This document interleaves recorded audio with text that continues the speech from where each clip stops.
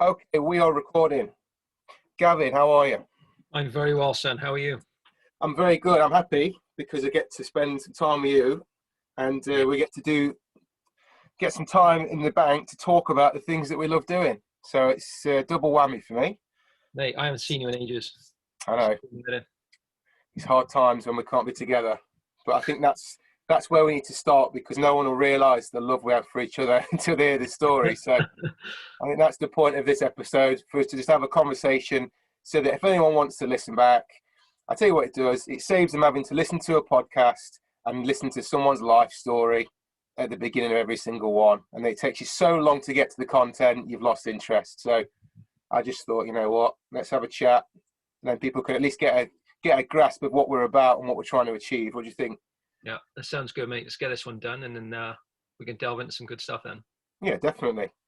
So I guess we'll start off with, let's start off with pre-Marv and Gav. What was you doing before you met me? I actually remember the first day I ever met you, mate.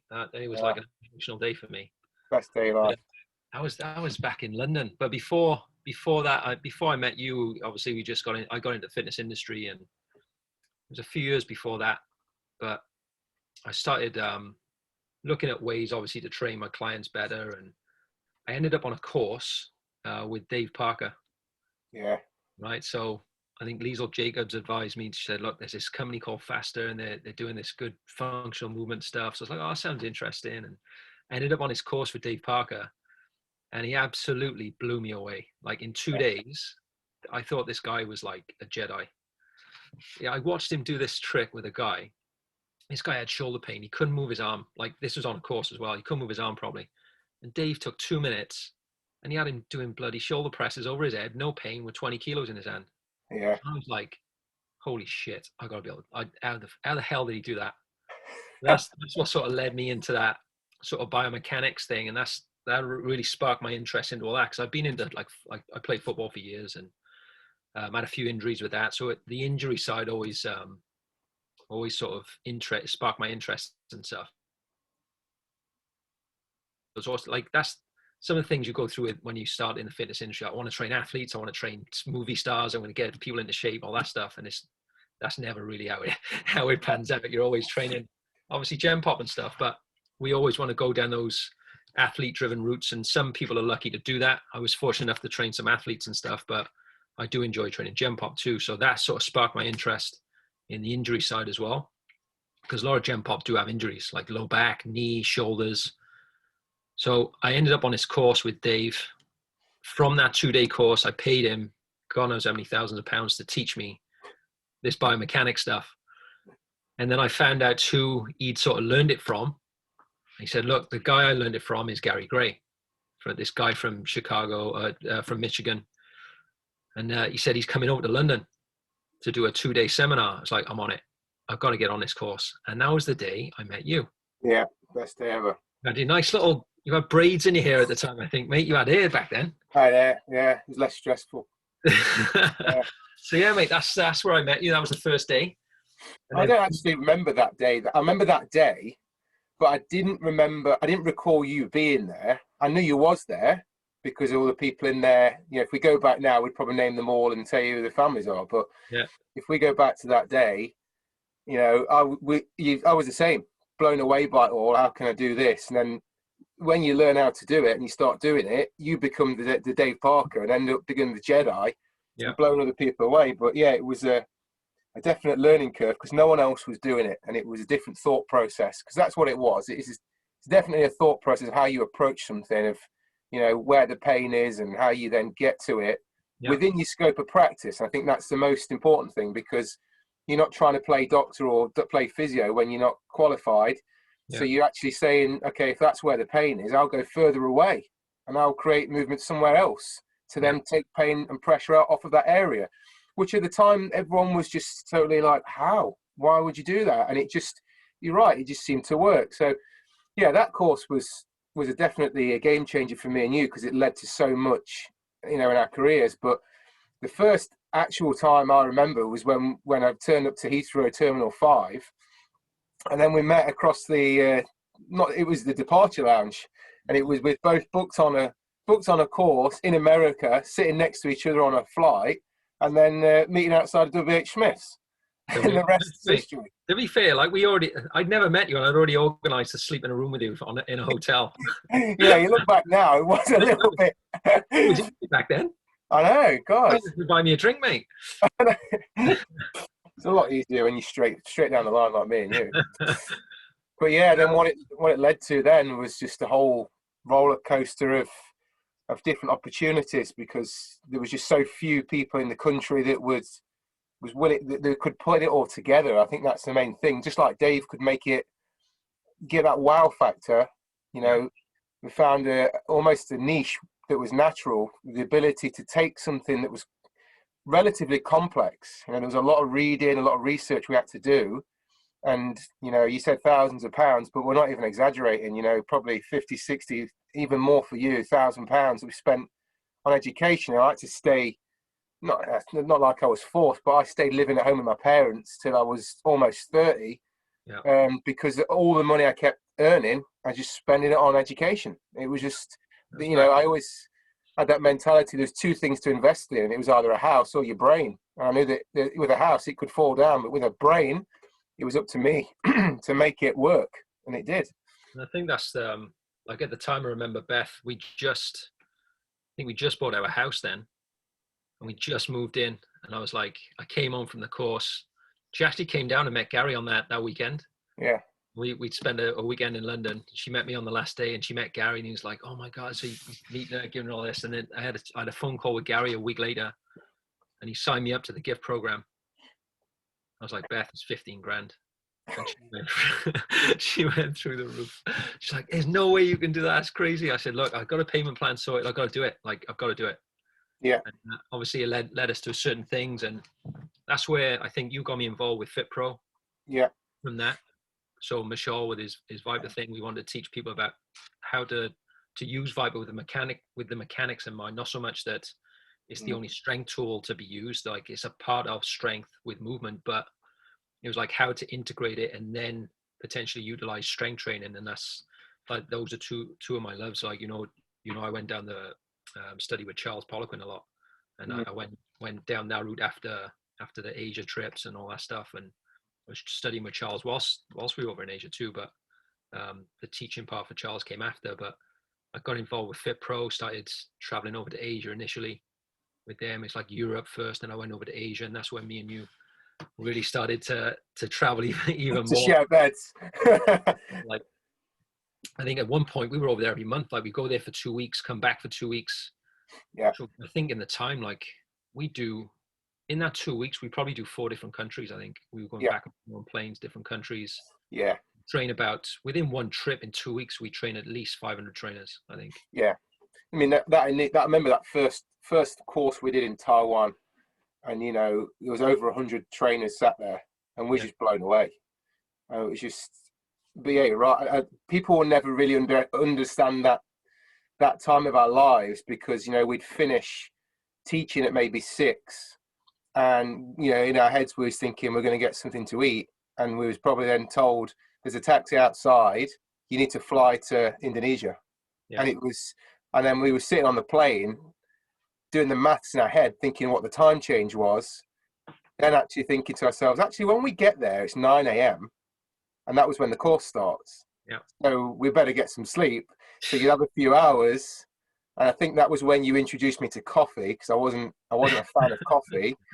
And then we had to learn to survive on teaching. And again, no one will realize that it was like, you'd sometimes look at me, you'd say, you got to take over here.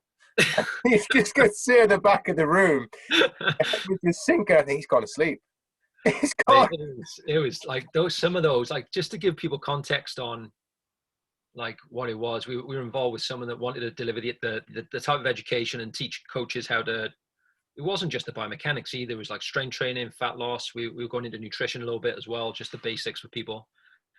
But it was like he wanted to get us done so much in the 2 weeks that we had that time, because he knew, like, in 12 months time we had to cover so many territories, so many gyms, so many coaches that wanted it, and we had like so many different levels to go with. So it was like quick turnarounds. So it was like we would come in for 2 weeks and go crazy and just back to back. traveling to different countries. Then when we came home for 2 weeks, it was like rest, recover, time with the family, bang, we're flying back out again. Yeah. It was like, I remember the once we had to go, I know we were flying into Malaysia, but we came from another country. I can't remember which one it was.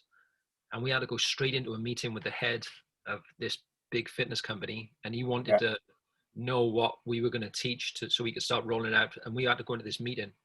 And the plane got delayed to getting over. So we were late for that. And literally we got off a flight at 7 a.m. We had a 45-minute taxi to the facility. And the meeting started within 15 minutes of us getting there. And I'm like, I haven't had a shower yet. I haven't had a coffee. And we had to go straight into a meeting type of thing. And that was just like the norm. It was normal. Yeah. The pace was frightening because, and I think that even at the pace that we worked in Asia, even in current times, I don't think the pace will ever be that quick, even when we worked in London.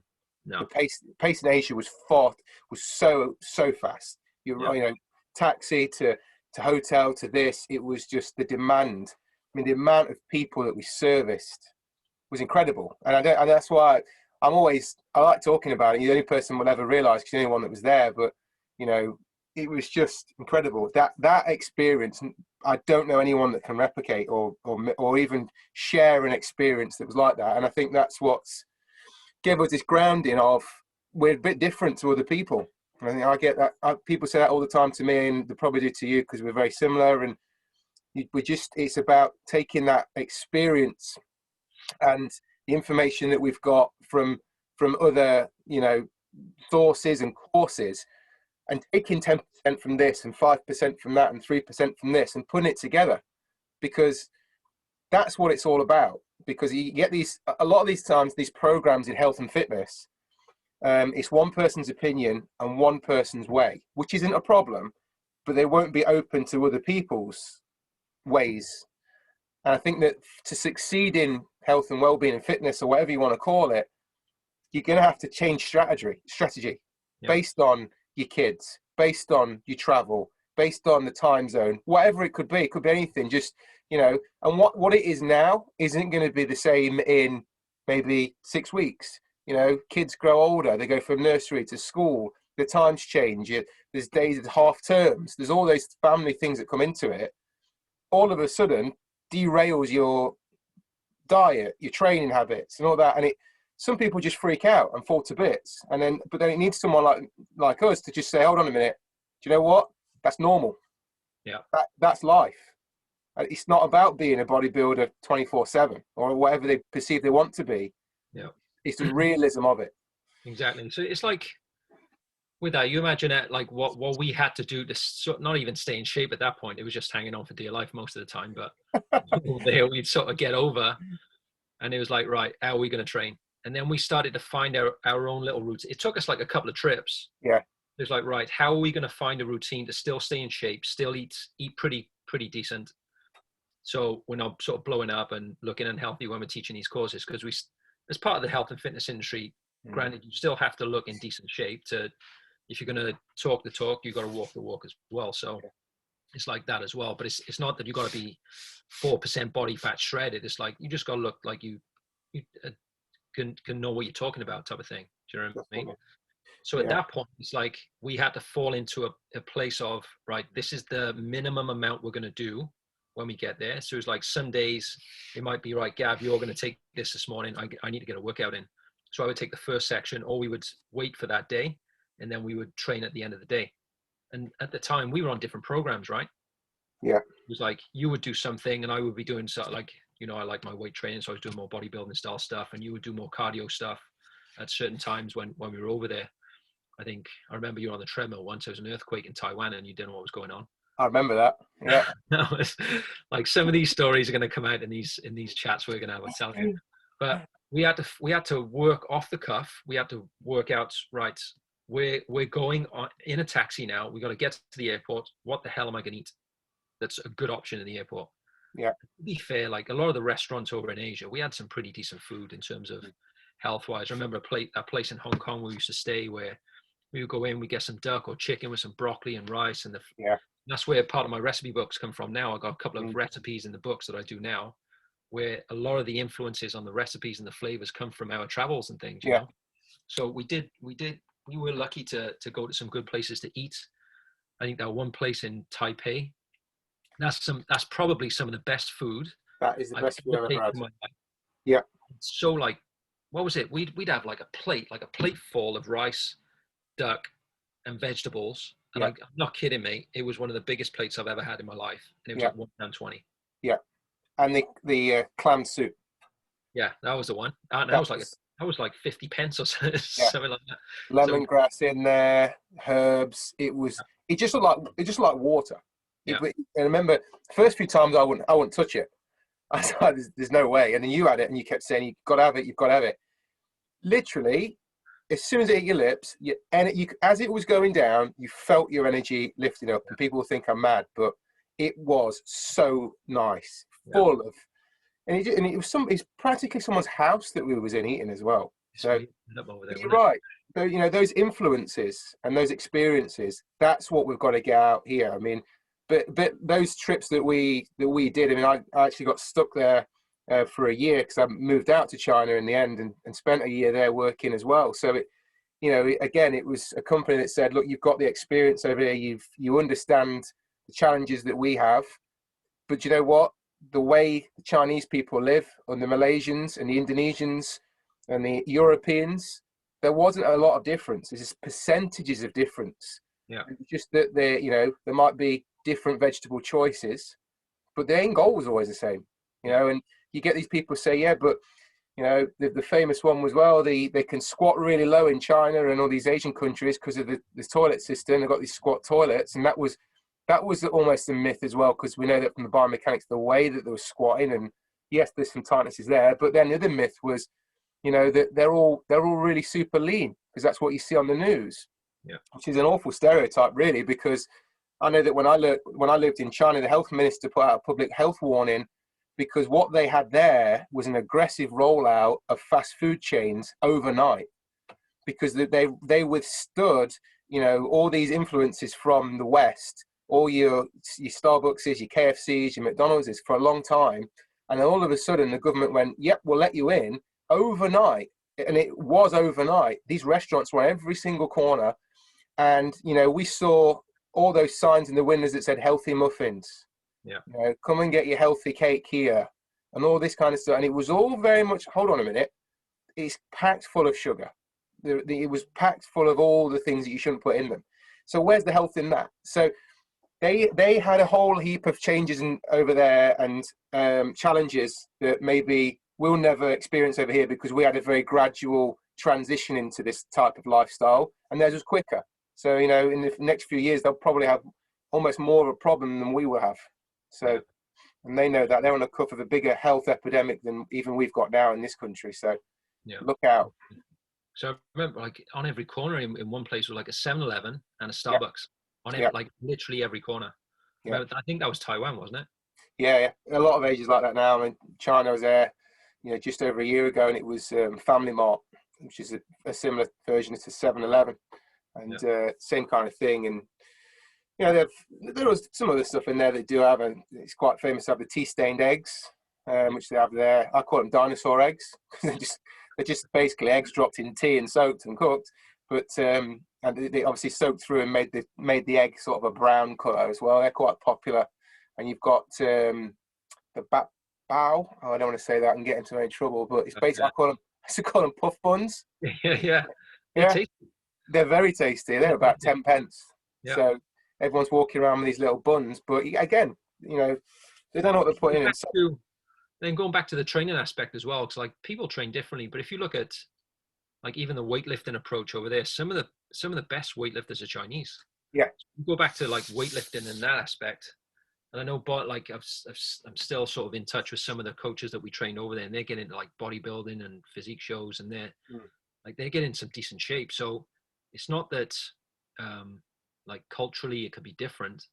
It's just like you said at the beginning, what is going to get the best result for the person? There's many ways we can do it, because some people might enjoy weightlifting, some people might enjoy movement and functional training in that aspect. So when it boils down to sort of getting in shape, do people want to put muscle on? Do they want to drop body fat? Are they going to train to be athletic? Do they need to rehab themselves? That type of thing. And that all stems from, what is the start point I'm going to take somebody from? What's the next step from there? And what's the end goal? So I like to look at the end goal first and then work backwards. Yeah. And then we can start to get an approach of how we're going to attack it for this person. And that's why I like the way we've gone.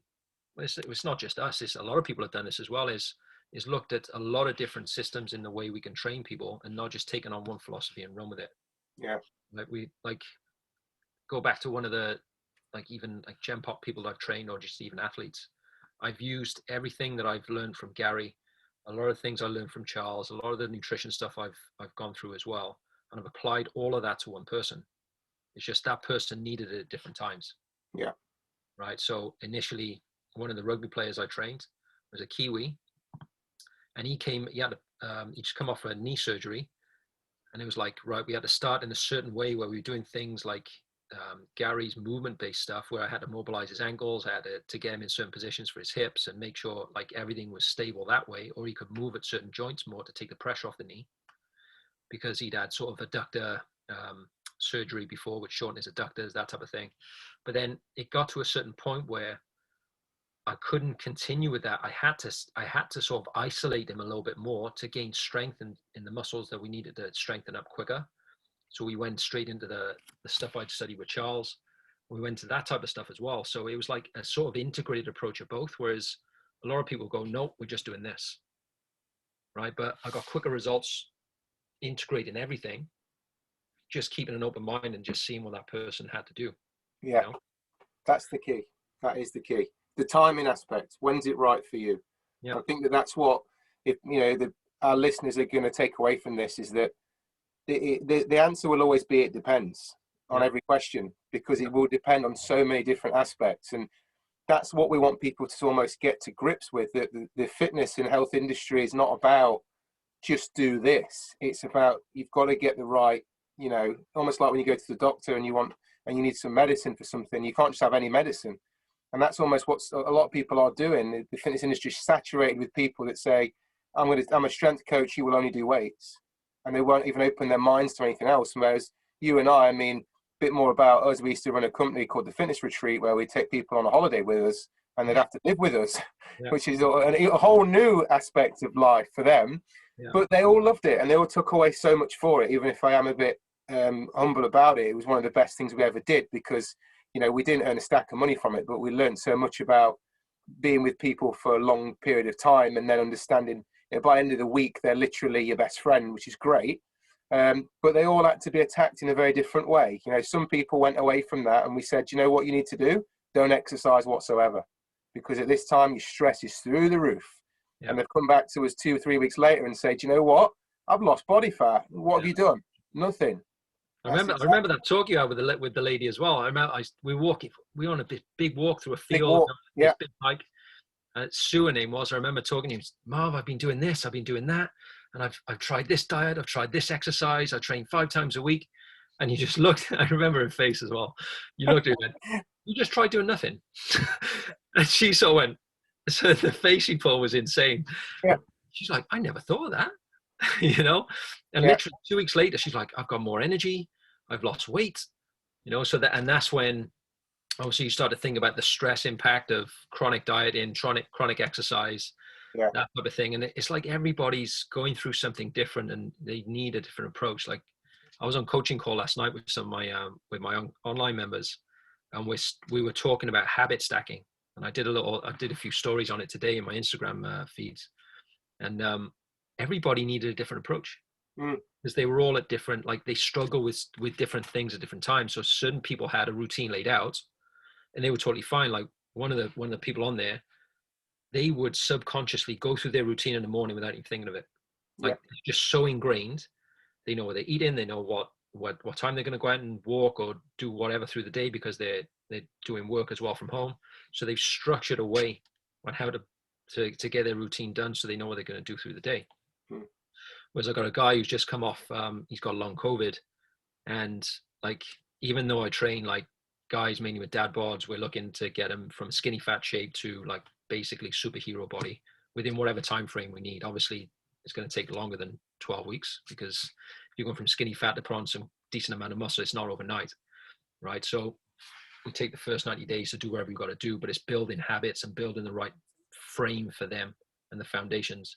So for this guy, it's like, right, this is where we need a good sort of steady approach for him. So it's not, we're not going to kick his ass.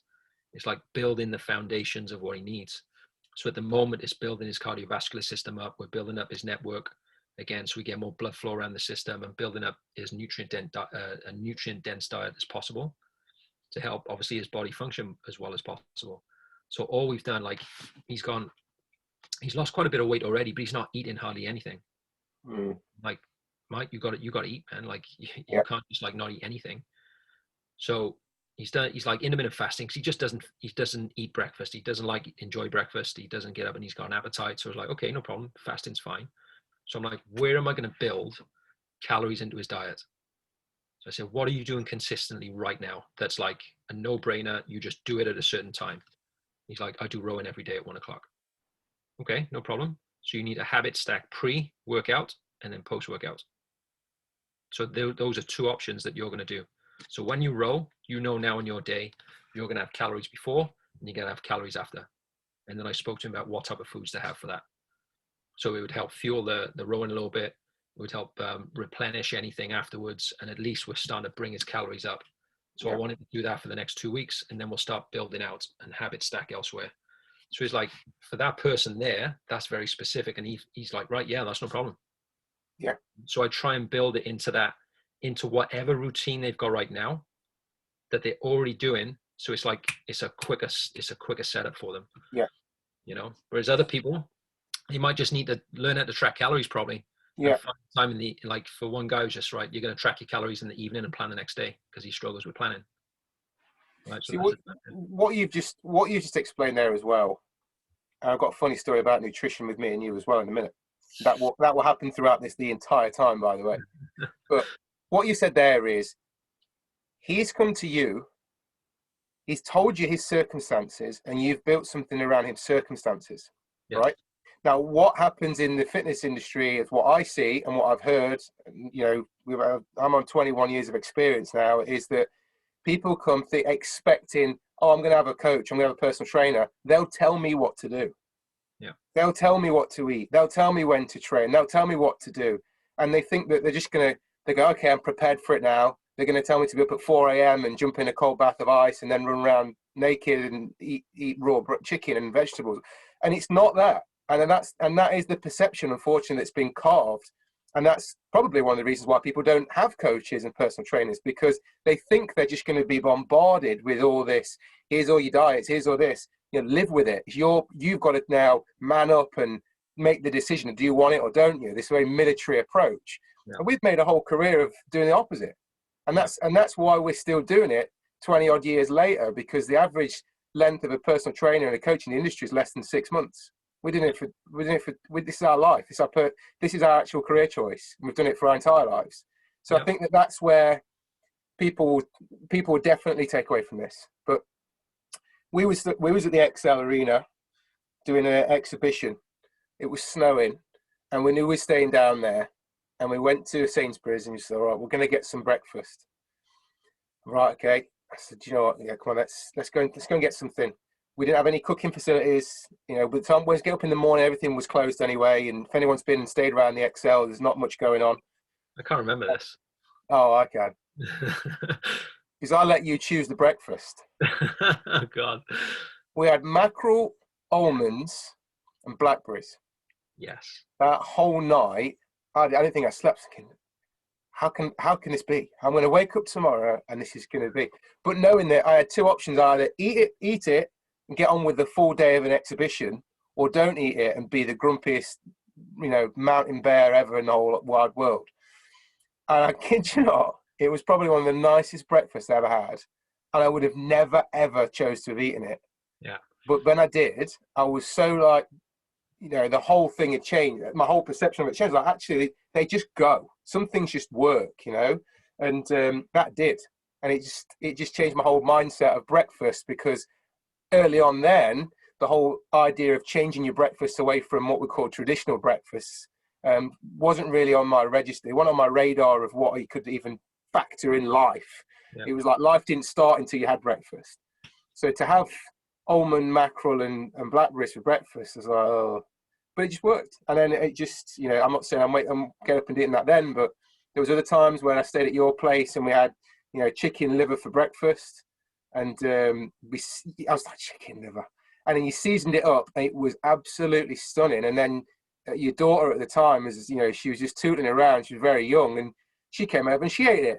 She ate the whole thing. She absolutely loved it. And it just, I didn't have kids at the time. And I looked at it, I thought, actually, you know, kids don't know anything. She had no idea. She just wanted food, saw it, ate it, liked it. That's fine. Yeah. And that's the thing with like, if you're brought up around it, like we don't force like foods onto the kids or anything, but we expect them to at least try. And if they like it, they can eat it again. If they don't like it, we'll say, okay, we maybe try one more time just in case it was like you could enjoy another time. But if they don't enjoy it, we don't give it to them. Like Gabriel won't eat mushrooms, for example, right? So Gabriel, so you're not a fan of mushrooms either. But like Gabriel, I've tried to hide it in things, and he's like, nope, I'm not eating it. And I've chopped it up fine as well. Like you can chop it up fine, and like he knows if it's in there. So that's one thing we don't put in. But like Amelia would. I didn't experiment with her, but I just let her try stuff. Yeah. She like at the time, like I think around that time we had the mackerel and stuff. It was like when Charles was talking about the meat and nut breakfast, and it wasn't like obviously that wasn't meat and nuts, but it was like berries. Yeah, we had nuts, but all I looked at was what the options we had available to us. I could have got some meat, but I didn't want like I was like, right, let's get some good healthy fats. Let's get some protein. Let's get a little bit of fruit in there for breakfast as well.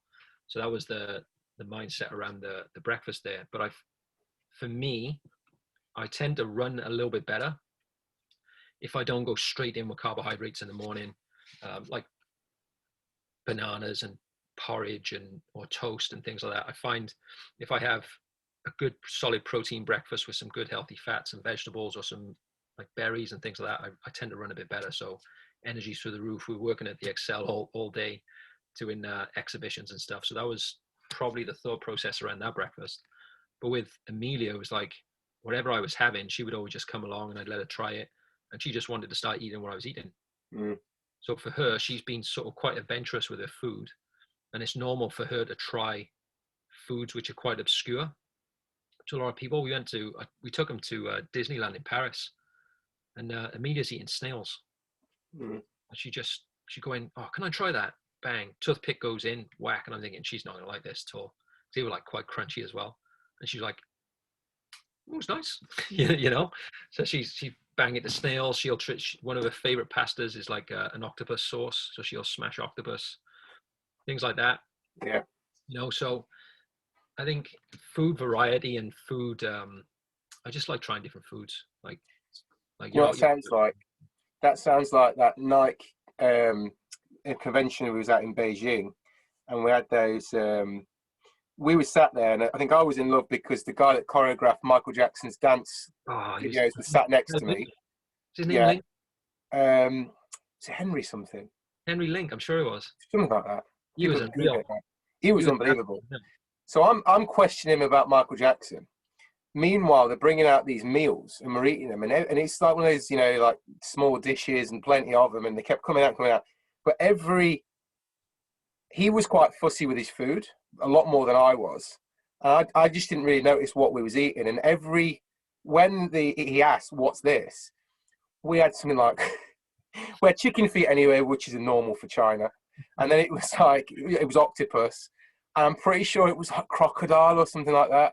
And every single course we had was one of these really rare meats that you just think, I mean, don't get me wrong, we didn't go down the route of dogs and cats and all that. You know, people,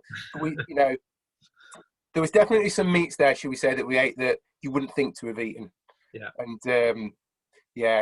but I didn't know, just eating it, just eating away. You know, after a day of teaching fitness classes all day, you just want to eat, don't you? So. Exactly. Right. Exactly. What we need to do is this, because I think that me and you having a chat could do it all day, but what people need to understand is that what are they going to get from this going forward? Because not every episode is going to be me and you talking about our life story. We've done this on purpose so people can get to know us. And from what you've just heard, you know, we're not your average street Street Cats. We've been around a long time. We've been a lot of places. We've got a lot of experience, and we're just sharing it. So someone that's listening to this, what can they take away from our experiences, Gav? What do they want to get out of our podcast?